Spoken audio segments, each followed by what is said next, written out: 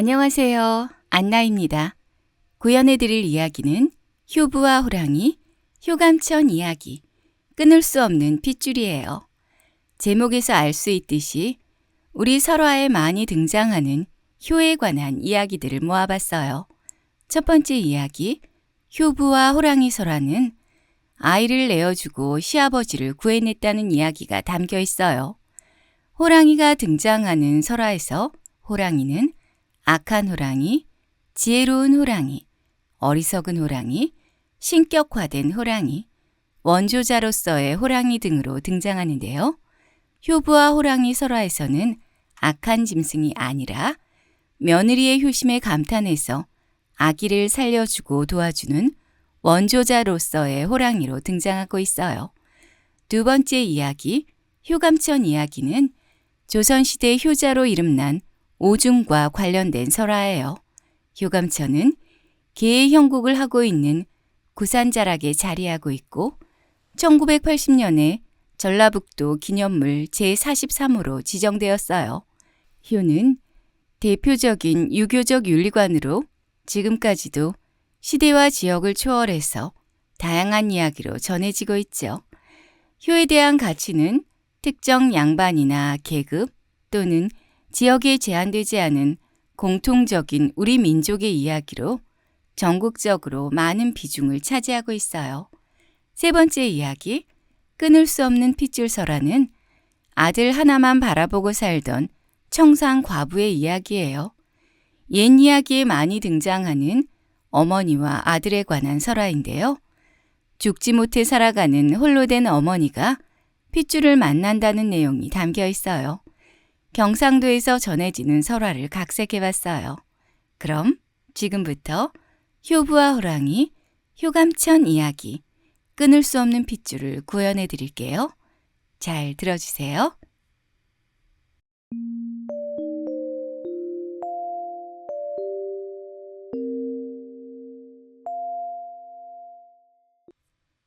효부와 호랑이 설화. 옛날 어느 가난한 집에서 홀로 된 며느리가 시아버지를 모시고 살았어요. 며느리는 끼니를 걱정할 만큼 없는 살림에도 시아버지를 지극정성으로 모셨지요. 그러던 어느 날 아침이었어요. 시아버지는 옷을 잘 차려입고 방에서 나왔어요. 아버님, 어디를 가시려고 하세요? 아이, 그래. 저기 산 너머에 있는 친구가 환갑잔치를 한다는구나. 가서 친구들하고 술 한잔 하고 오련다. 네, 아버님, 잠깐만 기다리세요. 며느리는 방으로 들어가더니 아기에게 쓰려고 모아두었던 돈을 가지고 나와서 시아버지께 드렸어요. 친구분 댁에 가실 때 빈손으로 가시지 마시고요. 장에 들리셔서 뭐라도 사가지고 가세요. 아, 얘야, 집안에 돈도 없는데 이거는 우리 손주에게 쓸 돈이지 않느냐. 아니에요. 아기에게 쓸 돈은 있으니까 가지고 가세요. 시아버지는 며느리가 주는 돈을 받아서 기분 좋게 집을 나섰어요. 며느리는 시아버지가 나가자 서둘러 아기를 업고 남의 집 일을 하러 갔어요.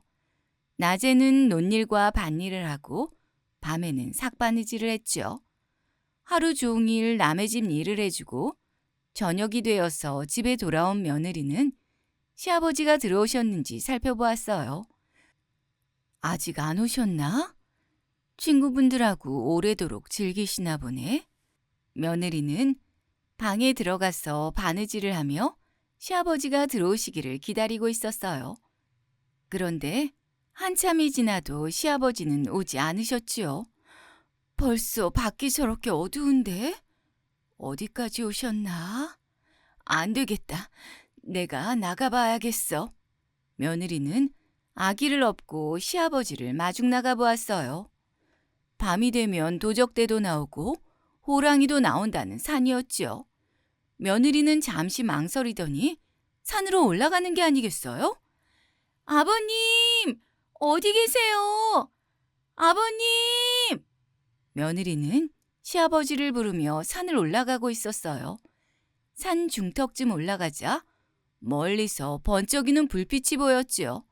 며느리는 가까이 다가가 보았어요. 그런데 이게 웬일이에요?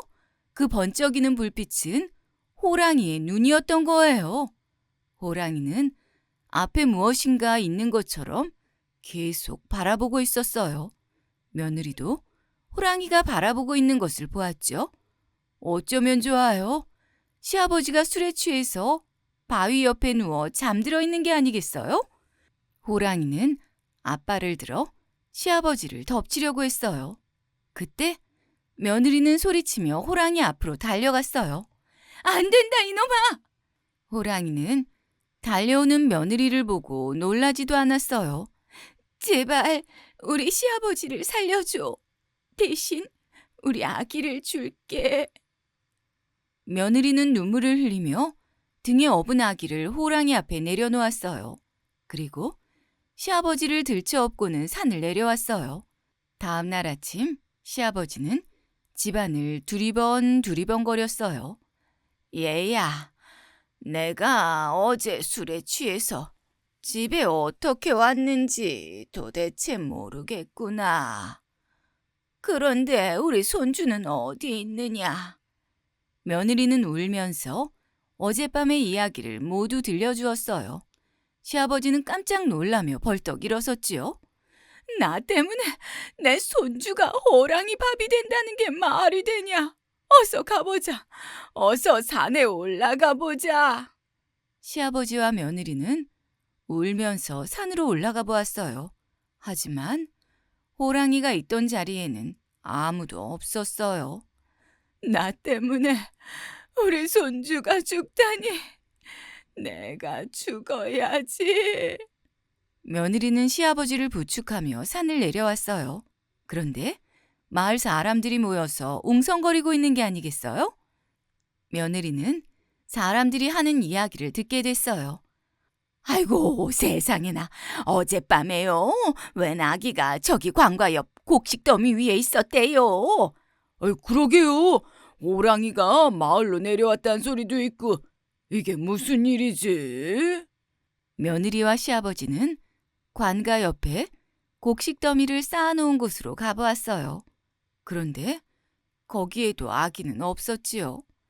며느리가 관가 앞에서 통곡을 하고 울자 이 모습을 본 마을 사또가 다가왔어요. 무슨 연유로 그리 울고 있는 것이냐?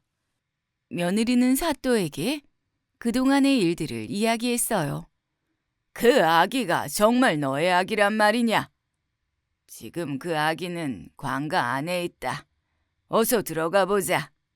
며느리는 달려가서 아기를 보았어요. 아가, 미안하다. 엄마 때문에 네가 큰일을 당할 뻔했구나. 며느리의 효행은 온 마을에 소문이 났어요. 호랑이가 감동을 해서 아기를 마을로 몰고 온 게 틀림없네요. 아이고, 그러게 말이에요. 사람들은 며느리를 칭찬하며 칭송했죠. 그뿐 아니라 사또는 며느리를 칭찬하는 효부상을 내려주었고 아기가 누워있던 곡식단의 주인은 그 곡식을 모두 며느리에게 주었대요.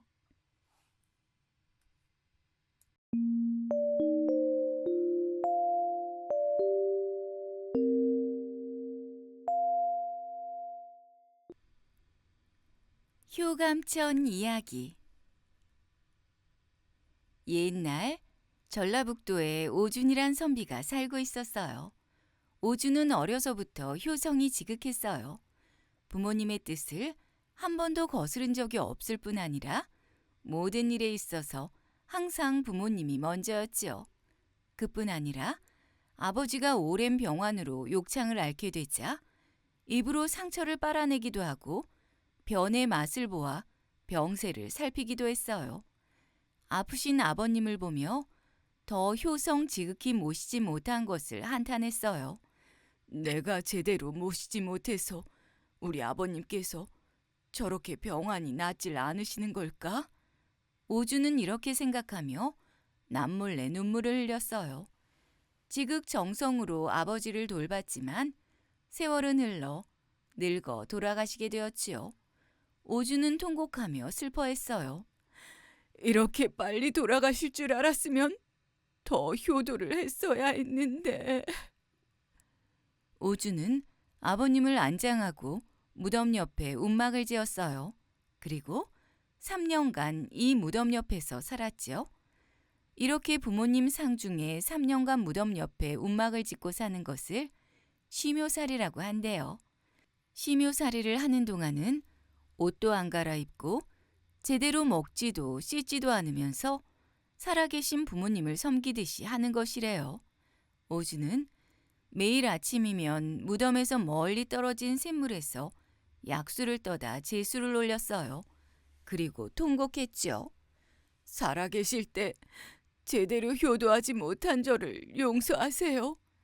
잘 모셨으면 오래오래 사셨을 텐데 죄송합니다. 오준이 어찌나 슬피 울던지 이 모습을 본 사람들은 모두 눈물을 흘렸어요.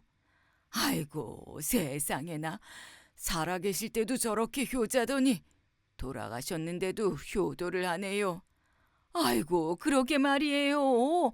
세상 천지에 다시 없을 효자예요 효자. 오주는 매일같이 밤이나 낮이나 부모님을 생각했어요. 그러던 어느 날 갑자기 우르릉 쾅쾅거리며 땅이 흔들리고 산이 무너지는 소리가 들렸어요. 오주는 아버지의 무덤이 잘못될까 봐 무덤 앞에서 꼼짝도 하지 않고 엎드려서 지새웠지요. 다음 날 아침 눈을 뜬 오주는 깜짝 놀랐어요. 이게 어찌 된 일이지? 쉬묘막 앞에 샘물이 솟아나더니.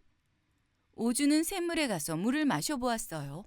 그랬더니 멀리서 떠온 샘물보다도 맛이 더 좋았지요. 사람들은 오준의 효성에 하늘이 감동해서 샘물이 솟아났다고 생각했어요. 이 소문은 마을 사람들에게까지 퍼져서 현감의 귀에까지 들어가게 되었어요. 마을 현감은 샘물을 다듬어 우물을 만들어 주었어요. 제가 아버지를 제대로 모시지도 못해 이렇게 돌아가시게 만들었는데 우물까지 만들어 주시다니요. 오주는 더 지극정성으로 아버지의 무덤을 지켰어요. 그러던 어느 날 밤이었어요. 아버지의 무덤 근처를 정리하고 쉬묘막에 들어온 오주는 깜짝 놀랐어요. 쉬묘막 근처에 커다란 호랑이가 살고 있다고 했었는데 그 호랑이가 쉬묘막 안에 들어와 앉아 있는 게 아니겠어요? 너는 지금 나를 해하려고 들어와 있는 것이냐? 오준의 말에 호랑이는 고개를 저으며 엎드렸어요. 호랑이는 오준을 지켜주려는 것처럼 보였죠. 그 모습을 본 오준은 미소를 지었어요. 네가 나를 다른 짐승들에게서 지켜주려고 그러는 것이냐? 오준의 말에 호랑이는 고개를 끄덕끄덕 했어요. 이날 이후부터 호랑이는 밤마다 쉬묘막에 내려와 정말 오준 옆을 지켜주었어요. 그뿐 아니라 초하룻날이나 제삿날이 되면 산짐승을 물어와 제사상에 놓을 수 있도록 해주었죠. 어느새 오준과 호랑이는 친구 같은 사이가 되었어요. 호랑이는 오준이 쉬묘사를 하는 3년 동안 옆에서 지켜주었어요. 고맙다 호랑아. 네 덕분에 무사히 쉬묘살이를 마칠 수 있게 됐구나. 이제 내일이면 나는 집으로 돌아간단다. 너도 잘 있거라. 호랑이는 눈에서 눈물이 글썽이는 것처럼 보였어요. 다음 날 아침이 되자 호랑이는 어디에 갔는지 보이지 않았죠. 호랑이 덕분에 3년 쉬묘살이를 무사히 마친 오준은 가족들이 있는 집으로 돌아갔어요. 오준의 효행에 대한 소문은 마을뿐 아니라 온 나라에 퍼져서 임금의 귀에까지 들어가게 되었지요. 임금은 오준을 조정에 불러들였어요. 네가 그 효성지극한 오준이란 자이냐? 예, 제가 오준은 맞습니다. 허나 효성이 지극한 자는 아닙니다. 오히려 불효를 저질러 아버님을 일찍 돌아가시게 만들었습니다.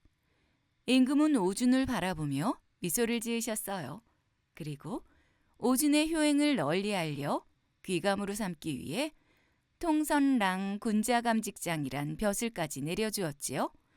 오준은 벼슬에 올라서도 너그럽고 인자한 마음으로 백성들을 다스렸어요. 사람들은 이런 오준을 존경했지요. 세월이 흘러 오준이 죽고 나자 당시 현감은 심요막 앞에 우물을 효감천이라 하고 1748년에는 효감천 뒤쪽에 사당을 지어 창효사라고 이름을 붙였어요. 그리고 이 효감천은 1980년 3월 8일에 전라북도 기념물 제43호로 지정이 되었대요.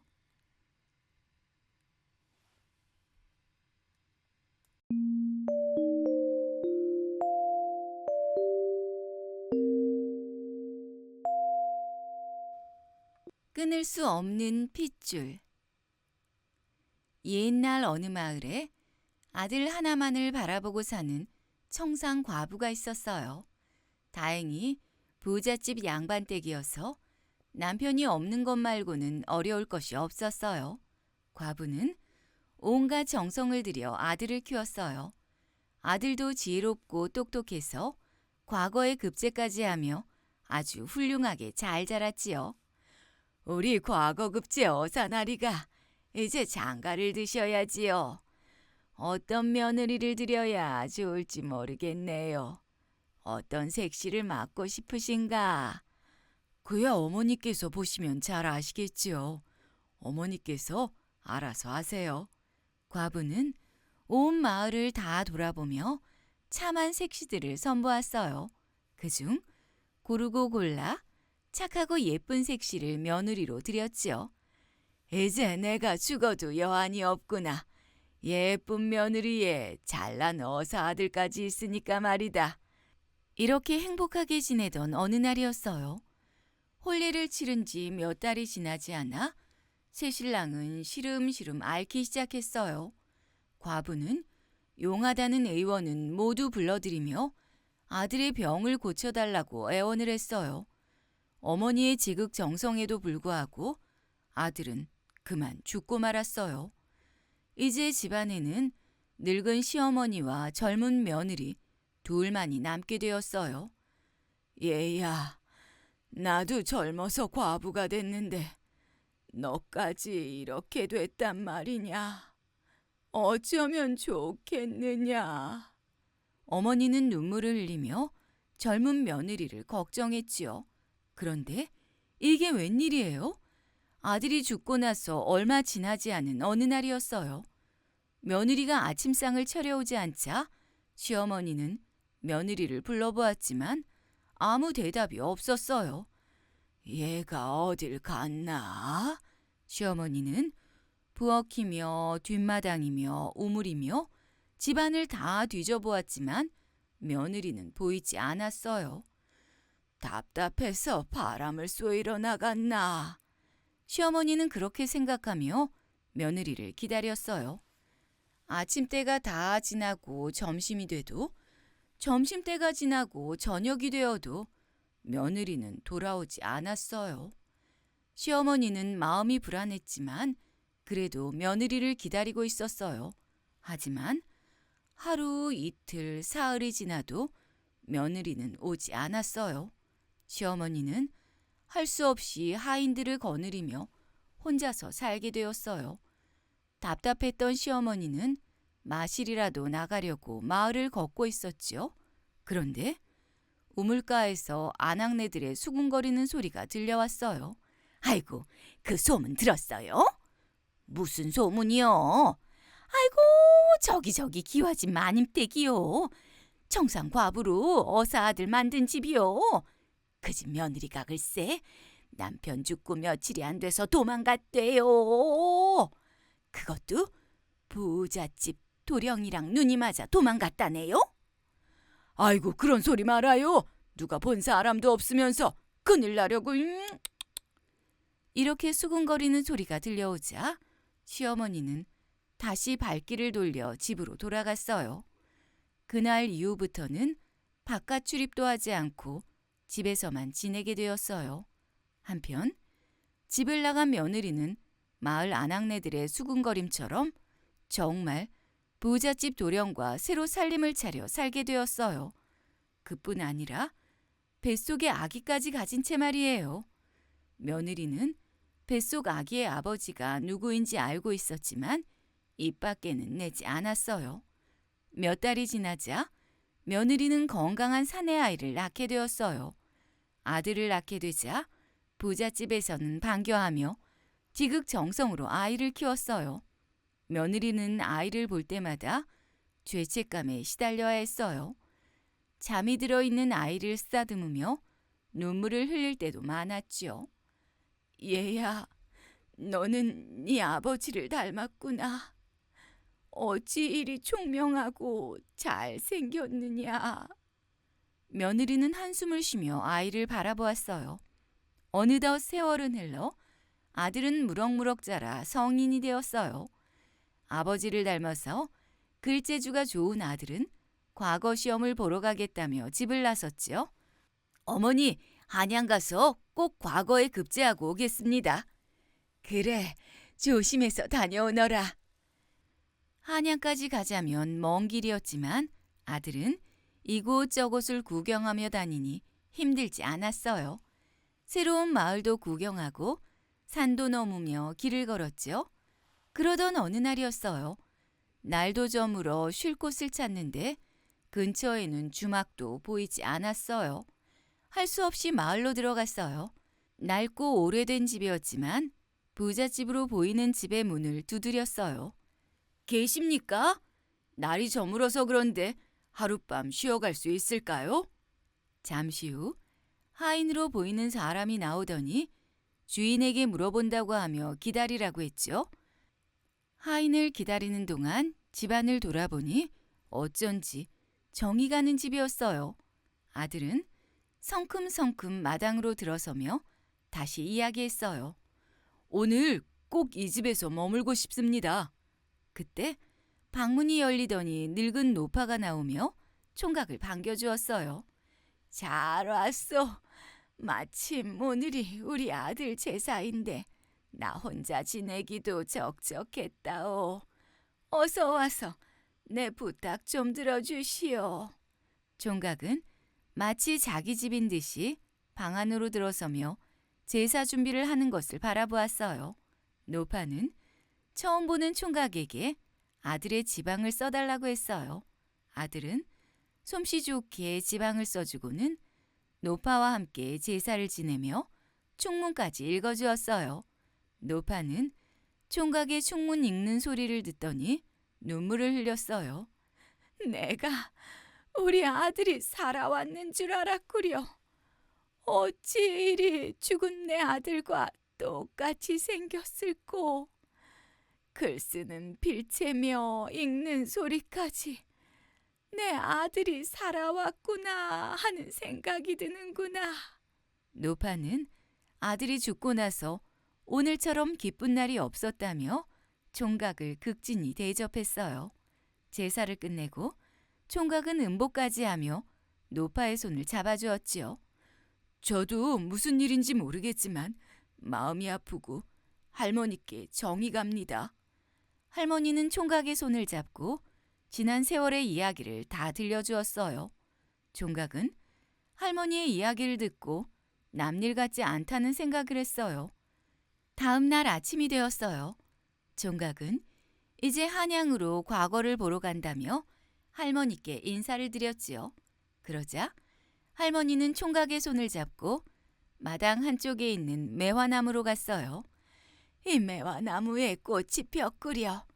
우리 아들이 어사가 됐을 때 피고 오늘 처음 핀 것이라오. 이 매화꽃을 가지고 가면 꼭 급제를 할 것이요. 예, 제가 과거에 급제하고 꼭 다시 찾아오겠습니다. 기다려 주십시오. 총각은 할머니께 인사를 하고 길을 떠났어요. 그리고 과거 시험을 보고 정말 과거에 급제를 해 어사가 되었어요. 어사가 된 총각은 금이 환양을 해서 집으로 돌아갔어요. 어머니는 덩실덩실 춤을 추며 아들을 반겨주었어요. 아이고, 우리 아드님이 어사가 되셨구려. 어서 오시오. 어머니는 기뻐하며 아들을 반기는데 아들의 표정은 좋지 않았어요. 아들은 굳은 얼굴로 어머니를 바라보았어요. 왜 그러느냐? 과거에 급제했는데 기쁘지 않느냐? 무슨 일이 있었던 것이냐? 어머니, 저에게 하실 말씀이 있지 않습니까? 어머니는 아들의 말에 당황했어요. 무슨 말을 하라는 것이냐? 아들은 과거 시험을 보러 한양에 가던 길에 둘렀던 마을의 집과 그 집에서 만난 노파에게 들은 이야기를 했어요. 이 말을 듣고 어머니는 얼굴이 파랗게 되더니 갑자기 눈물을 흘리기 시작했어요. 내가 평생을 죄책감으로 살아왔단다. 하지만 너를 잘 키우고 싶어서 그랬던 것이다. 이제 어사까지 됐으니 더 잘 살 수 있지 않겠느냐. 아들은 어머니의 말을 듣고는 노파가 살고 있는 집으로 가겠다고 하는 게 아니겠어요? 가긴 어딜 간단 말이냐. 너 없이 내가 어찌 살 수 있겠니? 밖에서 이 말을 듣고 있던 의붓 아버지는 방으로 들어와 아들을 바라보았어요. 가거라. 홍수가 져서 남의 집 소가 떠내려와도 주인을 찾아줘야 하는데 몰랐으면 몰라도 주인이 누구인지 알았으면 그 소를 돌려줘야 하는 법이다. 아들은 아버지에게 감사의 인사를 했어요. 잘 키워주셔서 감사합니다. 저는 이만 가보겠습니다. 그 길로 아들은 할머니가 살고 있는 집으로 가보았어요. 할머니는 마당에 나와 손주가 오기를 기다리고 있었지요. 네가 왔구나. 정말 왔어. 그래, 빗줄이 당긴다고 하더니 우리 아들이 너를 보내주었구나. 할머니는 남은 여생을 손자와 함께 평안히 행복하게 살았대요.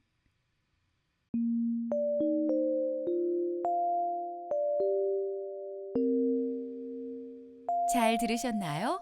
그러시다면 구독과 좋아요, 알림 설정 부탁드립니다.